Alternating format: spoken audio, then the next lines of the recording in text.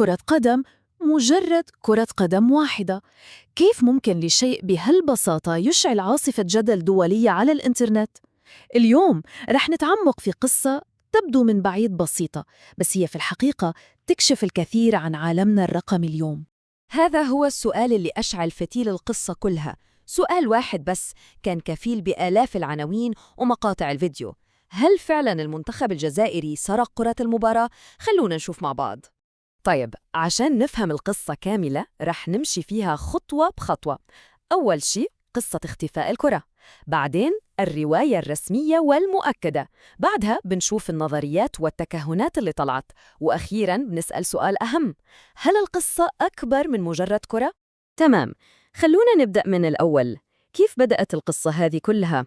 القصة ظهرت للعلن كجدل كبير خلال بطولة كأس الأمم الأفريقية 2025 اللي كانت في المغرب. القصة بدأت بعد مباراة الجزائر وغينيا الاستوائية. فجأة بدأت تطلع تقارير تتكلم عن سرقة كرة المباراة الرسمية، وطبعاً الإنترنت اشتعل.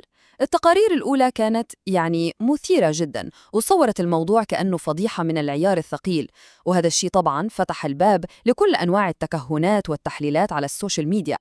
طيب، هذا كان الكلام اللي انتشر والضجة اللي صارت، بس بعيداً عن كل هذا، إيش اللي حصل فعلاً على أرض الواقع؟ الحين خلونا ندخل في الرواية المؤكدة، الكلام اللي مبني على أدلة مثل كاميرات المراقبة والتقارير الرسمية. شوفوا، التقارير الإعلامية الموثوقة رسمت تسلسل زمني واضح جداً للأحداث وما عليه خلاف. أولاً، بعد انتهاء المباراة المنظمون كانوا يعملوا جرد للمعدات كالعادة. ثانياً، لاحظوا إنه في كرة ناقصة من بين ال15 كرة الرسمية. ثالثاً، رجعوا لكاميرات المراقبة عشان يشوفوا وين راحت الكرة.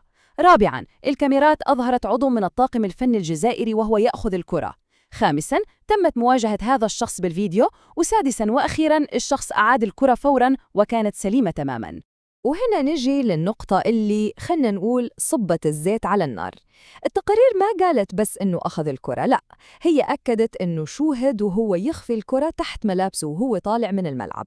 وحركة الإخفاء هذه بالذات هي اللي خلت الناس تفكر إنه الموضوع فيه نية مبيتة وإنه مش مجرد خطأ أو سهو. إذن عرفنا الآن الحقائق، عرفنا إيش اللي صار بالضبط، بس السؤال الأهم يبقى: ليش؟ الحين خلونا ندخل في عالم النظريات والتكهنات اللي حاولت تفسر سبب هذا التصرف. وهذا هو السؤال المحوري في كل القصة. إذا ما كانت مجرد سرقة عادية، طيب إيش كانت الدوافع وراها؟ الإنترنت ما قصر وطلعت لنا 3 نظريات رئيسية حاولت تجاوب على هالسؤال. نبدأ بالنظرية الأولى، وهي أبسط تفسير ممكن. الموضوع كله كان سوء فهم. بعض المصادر الجزائرية قالت إن اللي حصل كان مجرد خلط غير مقصود، يعني الشخص اعتقد إنها كرة تدريب مش كرة مباراة رسمية وبس. النظرية الثانية فيها شقين، هي تجمع بين احتمالين. الاحتمال الأول هو إنه الشخص أخذ الكرة كتذكار شخصي، شيء طبيعي يصير في عالم الرياضة. والاحتمال الثاني وهو الأكثر جدية هو إنه كان نوع من الاحتجاج الصامت، احتجاج على جودة الكرة نفسها وإنها ما كانت مطابقة للمعايير الدولية. أما النظرية الثالثة فهي اللي انتشرت انتشار النار في الهشيم، وهي بصراحة أغربهم كلهم. النظرية هذه ادعت إن الكرة أخذت لسبب بعيد كل البعد عن الرياضة، وهو السحر. نعم، السحر.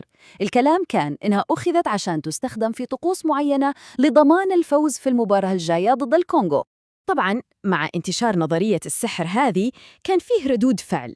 بعض المعلقين ردوا بطريقة ذكية وساخرة، استخدموا نفس كلمة سحر بس بمعناها الإيجابي، مثل هذا الاقتباس اللي يقول: قدم لنا المنتخب الجزائري سحراً ليس طبيعياً، هذا هو السحر الحقيقي. كانوا يقولون إن الأداء الخرافي للفريق في الملعب هو السحر الحقيقي الوحيد اللي محتاجينه. وهنا نوصل للسؤال الأهم: ليش قصة بسيطة زي هذه عن كرة قدم واحدة أخذت كل هذا الاهتمام وتحولت لترند عالمي؟ هل الموضوع فعلاً أكبر من مجرد كرة؟ عشان نفهم حجم التضخيم اللي صار، خلونا نقارن بين الروايتين وجهاً لوجه. في خانة الحقائق المؤكدة، عضو واحد من الطاقم أخذ كرة واحدة والكرة رجعت فوراً، والموضوع كله كان مجرد حادثة إدارية وما كان فيه أي عقوبات رسمية من الكاف. الحين نشوف خانة الرواية المتداولة. الفريق كله متورط، الموضوع فضيحة سرقة كبرى، في اتهامات بالسحر والغش ومطالبات بطرد الفريق من البطولة. شايفين الفرق؟ الفرق شاسع، وهذا التباين هو بالضبط لب القصة كلها. وهنا نوصل للخلاصة. الحادثة هذه تعلمنا درس مهم جداً عن قوة السوشيال ميديا، كيف ممكن تاخد حدث صغير جداً وتضخمه وتحوله لقضية رأي عام وتغذيها بالمنافسات اللي بين الجماهير والتكهنات اللي ما لها أساس. القصة في النهاية ما كانت عن الكرة، كانت عن كيفية صناعة القصص وتشويهها في عالمنا الرقمي السريع. وهذا يتركنا مع سؤال مفتوح للجميع. في هذا العصر اللي الأخبار فيه توصلنا في ثواني، كيف ممكن نفرق بين الحقيقة وبين الضجة؟ كيف نقدر نميز بين الحدث نفسه وبين كل الإضافات والإبهارات اللي تنحط عليه؟ سؤال مهم جداً ويستحق إننا نفكر فيه كل ما نشوف قصة جديدة تنتشر بسرعة البرق.